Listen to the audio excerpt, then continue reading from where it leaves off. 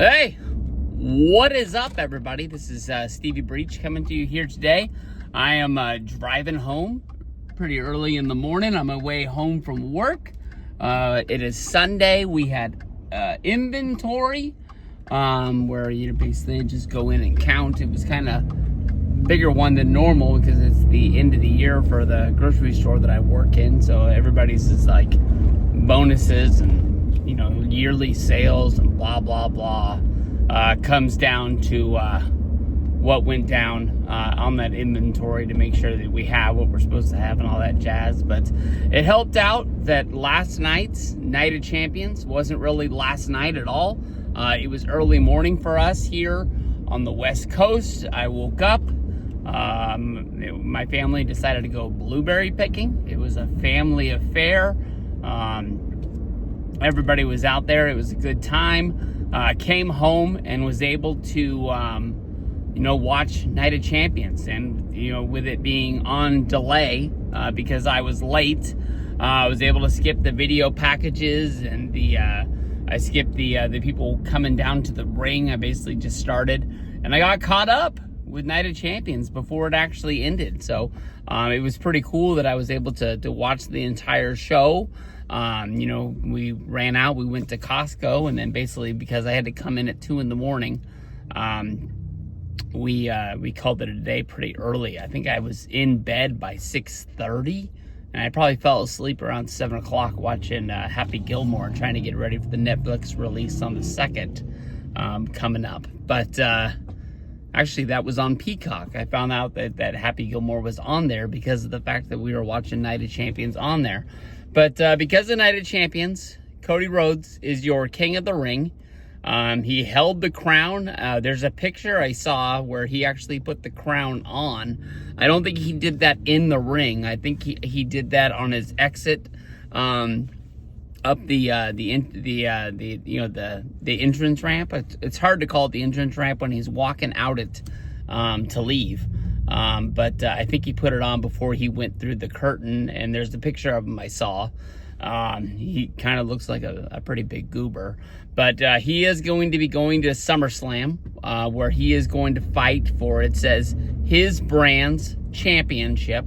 That, of course, being SmackDown, home of the WWE Universal Championship. So we're getting a rematch of WrestleMania 41 of Cody Rhodes versus John Cena.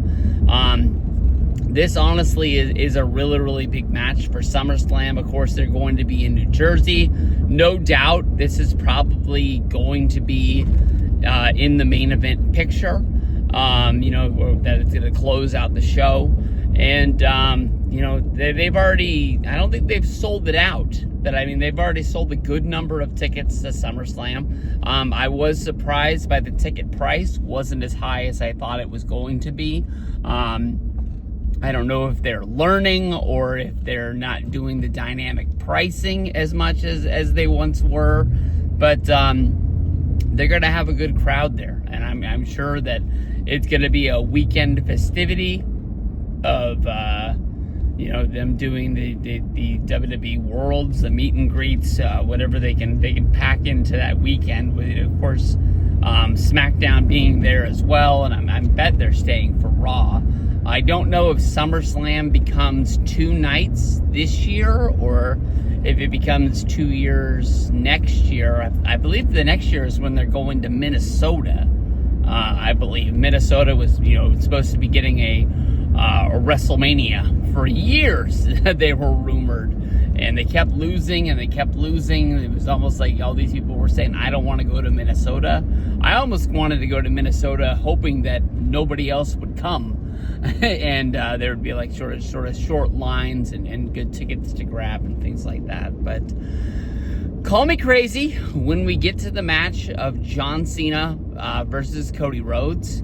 Cody Rhodes is probably my favorite wrestler in WWE. He's not like one of the blue chipper guys that I look at that I'm just hoping that they can get on TV and get wins. When it comes to like the guys that I like buying merch for and sort of collecting and when they're on Monday Night Raw or SmackDown wrestling a match that I know it's a big deal. Cody's a main event player. He's kind of like what, John Cena used to be, where he always seems to be there, but you never really see him wrestle. But in this last month, getting ready for this Night of Champions, we saw him wrestle in a 4-way on SmackDown, and then come back and wrestle against Jey Uso. That match, honestly, is huge. The fact that he wasn't on a pay-per-view, that semifinals match right there, was pretty damn cool. But I'll tell you the truth. If you go look at, the Fanatics Fest interview that Cody Rhodes did, he kind of thought that his time as a major babyface in WWE was coming to a close. He likes, portraying that character, but he just feels that the way the booking and the writers is going to lead him is the kind of turning. I don't think that is. I mean, at WrestleMania, Cody Rhodes heard the boo birds, and then they took him off TV for a while. When he came back, I think people were so hungry for him that they were cheering for him like crazy. That crowd in Saudi Arabia, they loved Randy Orton. They were chanting RKO, RKO. But, I mean, it wasn't like they were booing Cody. I think that they've just been a Randy Orton fans for a long, long time. You can say what you want to about, WWE going to Saudi Arabia, and, you can have your views on if it's a good thing or it's a bad thing. I know that I can tell by watching those shows, the people that go to the shows, they love WWE. And I'm sure it's a part of that big festival that they throw, the Riyadh season. That's what sponsors WWE with their logos on the ring posts. We see the commercials on Monday Night Raw with them trying to get people in America to travel there.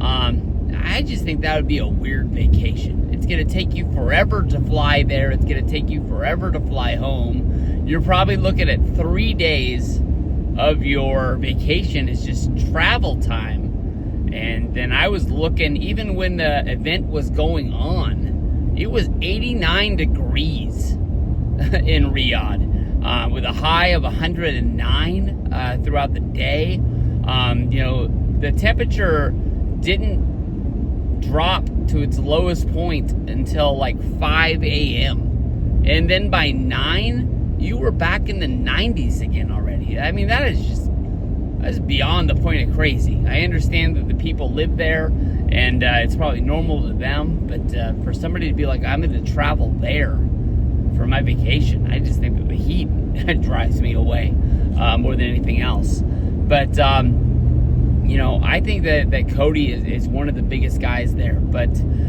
for them to turn him just major heel, I know that he can do it. We've seen it when he was in Impact, when he was in ROH, when he was in the Bullet Club. The Bullet Club itself pretty much turned them babyface because of the fact that I think we couldn't really understand what the other guys were saying, with it being, over there in Japan. But, I think that we just love the Bullet Club so much that we portrayed them as the baby faces in the ordeal. But I think if you really broke down what was going on, they were the heelish group trying to take over what was going down there. But by the time they left, I think they were pushed so much as the good guys because, us in America love to cheer for them that we kind of forgot about that.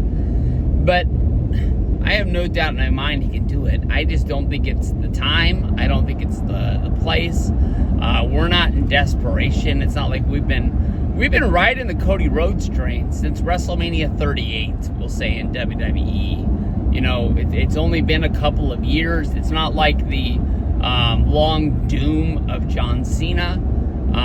John Cena, won the championship roughly 2005. I think that was the WrestleMania when he won it. 2008, 2009, definitely 2010 is when the Cena Boo Birds came out. And I'll tell you the truth, as a kid, I don't think I really was a kid at that time, but as someone who was watching wrestling, paying attention to the internet, I think I was booing Cena just because it seemed cool on the internet. I don't think I was booing Cena because I thought he sucked. If I'm pulling Cena, I wouldn't have even watched the show. I know the show sucked a lot of points, but I mean, I was watching week in, week out, and I was paying attention to what happened on the shows that I wasn't able to see. If I thought Cena sucked, I definitely just would have lost interest and said, no thanks, peace out, I'm out of here. But a piece that I was starting to think about, getting into this year was watching 2005, the year I came back to wrestling after not really paying attention to it for two years or so. I know it was right around the time of WrestleMania 21 with Batista and Evolution kind of exploding. I missed the whole Evolution run for the most part. I didn't see Randy Orton win the championship at SummerSlam and then get kicked out. But I think that is something that I would love to see, because when I got back into wrestling in 2005, I'm pretty sure I was single at the time, so I was watching a lot. And for me to go back to wrestling, I think that stuff had to be pretty cool. To gather my attention again after just getting a WrestleMania 20 DVD at a GameStop and checking it out. But I think it would be cool if Cody lost this match, even if it's like the DQ kind of finish where Cena clonks him with the championship belt right upside the head. Even though for some reason last night we saw Cena for the second time pick up the championship like he was going to use it and then throw it down. He did it on that Saturday night's main event match with R-Truth. I think it was almost like R-Truth convinced him not to do it. But then when they did the rematch, he had no problem clonking R-Truth the championship belt, causing the disqualification. And then he ended up clonking CM Punk, I think not once, but twice. Knocking him out before he put him through the table.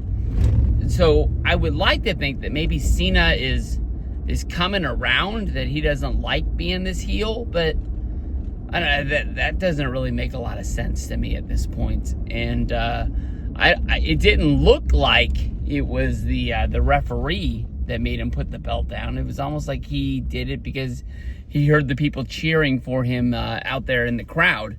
But if Cody loses this match to Cena and then basically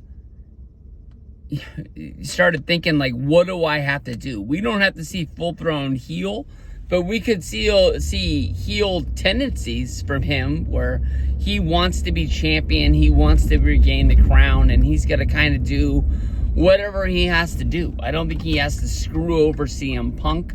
I just think he has to kind of screw over John Cena, if that makes sense. He has to outsmart him, and he has to basically use his own tricks against him. And I'm not even going to get into The Rock. I don't think there's any chance in the world that The Rock is going to be there.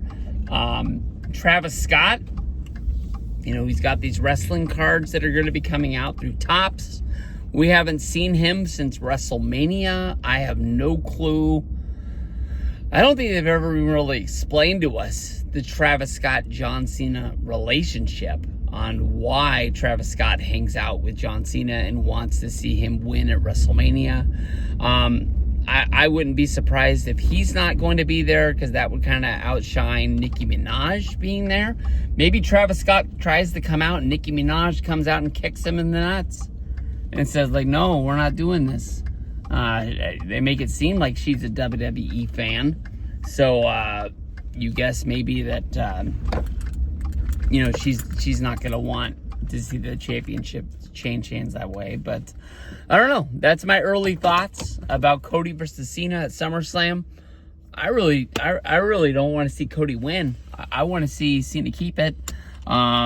Then maybe have to fight his way out of a big schmoz where it's like 6-on-1 against him, or 5-on-1, and Cena has to overcome the odds of that one. I think Cena's holding that championship until his last match, his last day in WWE.